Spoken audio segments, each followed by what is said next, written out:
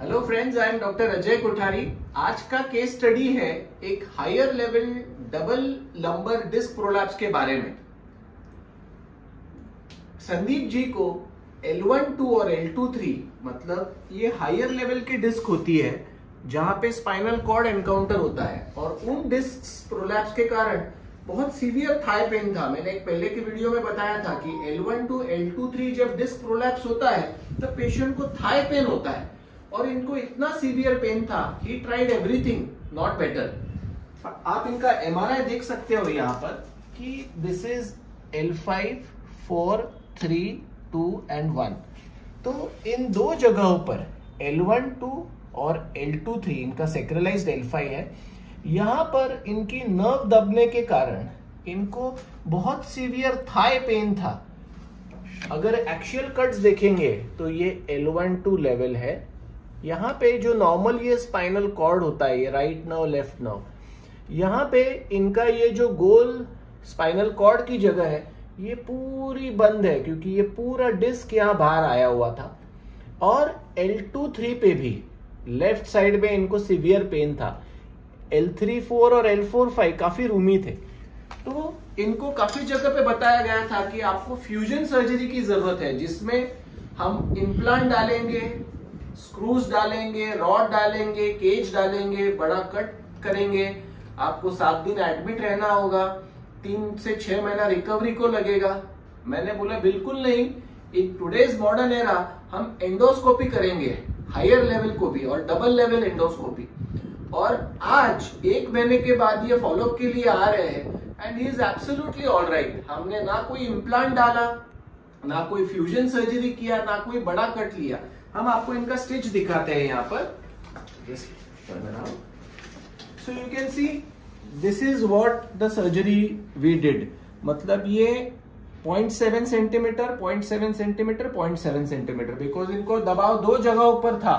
तो हमने कोई मिडलाइन कट नहीं लिया, और हमने इनका एक छोटे से की होल एंडोस्कोपी कर अगर एक लेवल का होता है तो एक ही लेवल पे स्कोप डालता है, बट इनका दबाव 3 जगहों पर था, इसलिए हमने तीनों जगहों पर ये स्कोपिकली सर्जरी किया था। तो इथे काय म्हणू शकाल संदीप, कसं वाटतंय आणि त्रास कसा आहे आता? अतिशय छान, उत्तम सर। प्रचंड पेन होत होतं, प्रचंड। कुठे दुखत होतं? थाईजला, लेफ्ट थाईजला प्रचंड पेन होतं, कळत नव्हतं, रात्रभर तडफडत होतं। बरोबर। पण त्यानंतर मी जेव्हा चौकशी केली, जेव्हा तुमच्याकडे आलो, त्यानंतर लगेच मी शनिवारी आपल्याला दाखवलं आणि डायरेक्ट आपण बुधवारी ऑपरेशन केलं, कारण पेन इतकं प्रचंड होतं। आणि जेव्हा ऑपरेशन केलं त्याच्यानंतर दुसऱ्या दिवशीपासून पेन पूर्ण गायब आहे। आता मी त्यांना मिरॅकल वाटतंय। आधी सगळ्यांनी सांगितलं होतं स्क्रू रॉड प्लेट टाका, जिथं दाखवलं होतं ते म्हणले होते आपल्याला क्लिप टाकावं लागतील, आपल्याला स्क्रू टाकावं लागेल आणि आपल्याला ओपन सर्जरी करावं लागेल।